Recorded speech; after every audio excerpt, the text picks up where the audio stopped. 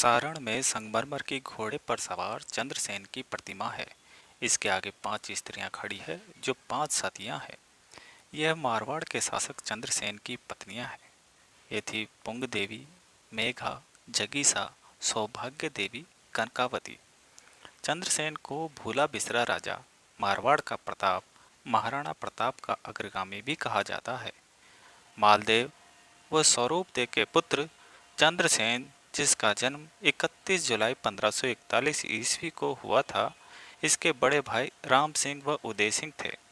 रानी स्वरूप दे के कहने पर मालदेव ने अपने जीवन काल में ही राम सिंह को निर्वासित कर दिया। राम सिंह अपने ससुराल में रहने लगा। मालदेव के काल में चंद्रसेन को बिसलपुर व सिवाना की जागीर मिली। वो उदय सिंह को फलोदी की जागीर दी। मालदेव की मृत्यु 7 नवंबर 1562 ईस्वी को हुई। तब चंद्रसेन सिवाना में था। मालदेव की मृत्यु के बाद मारवाड़ में गृह युद्ध शुरू हो गया।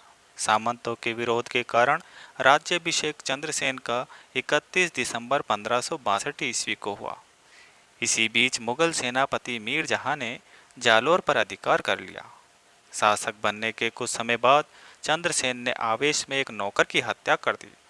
इस घटना से नाराज सरदारों ने राम सिंह व उदय सिंह को आक्रमण के लिए उकसाया। राम सिंह ने गुंदोज व सिवाना में विद्रोह कर दिया। उदय सिंह ने गंगाणी व बावड़ी पर अधिकार कर लिया। उदय सिंह का चंद्रसेन से लोहावट का युद्ध हुआ।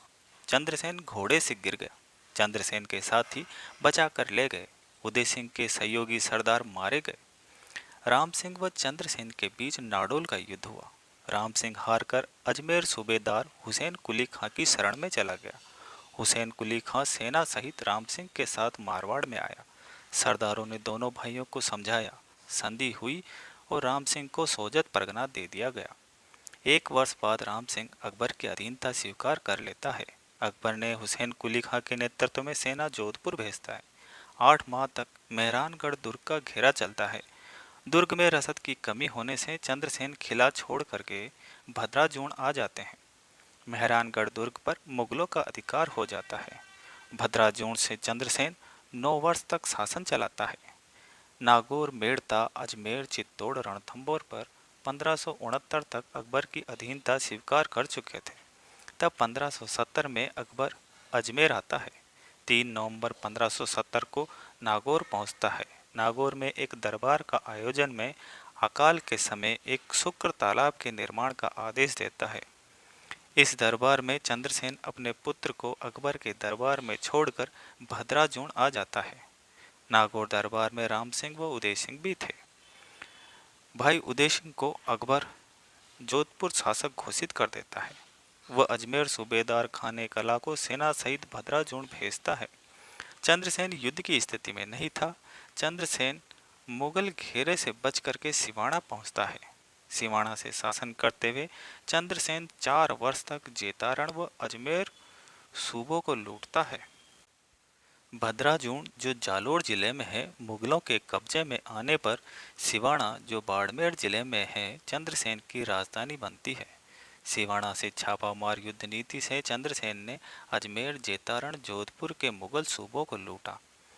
अकबर मेवाड़ व गुजरात के अभियान के समय 30 अक्टूबर 1572 को बीकानेर के राय सिंह को जोधपुर का सूबेदार बना देता है। मार्च 1574 में अकबर ने राय सिंह, शाह कुली खां, केशव दास मेड़तिया, तैयब खां को सेना सहित सिवाना भेजता है।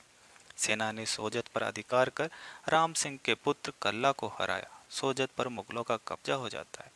सिवाना किले में विश्वास पात्र साथियों को छोड़कर चंद्रसेन पीपलोद पहाड़ों में चले गए।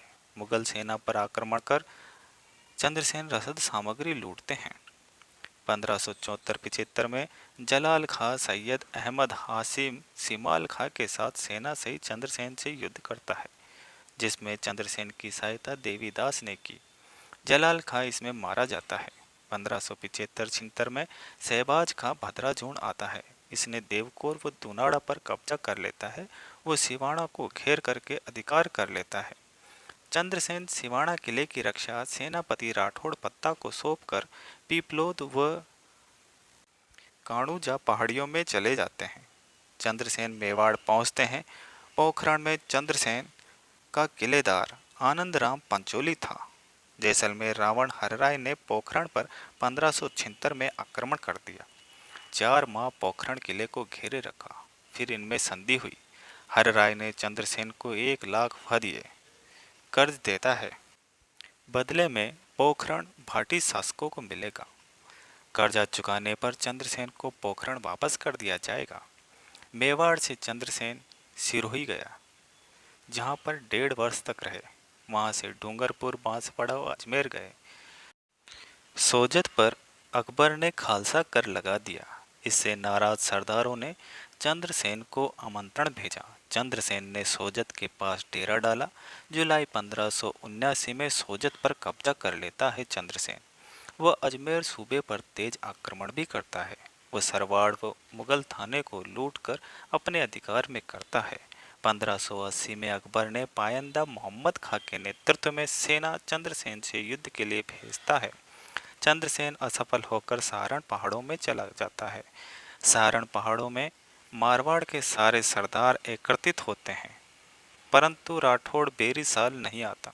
चंद्रसेन बेरीसाल को दंड देने हेतु दूंदाड़ा पर आक्रमण हेतु चल पड़ा। आस्करण ने दोनों पक्षों में समझौता करा देता है।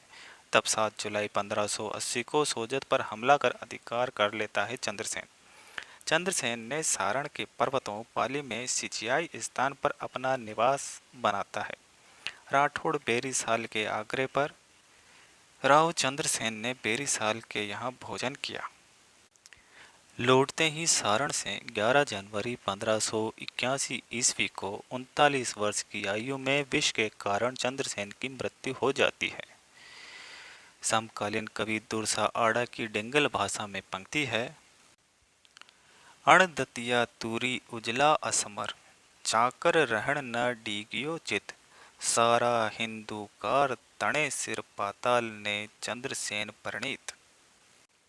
जोधपुर राज्य की ख्यात के अनुसार चंद्रसेन व महाराणा प्रताप कोरडा गांव में मिले थे।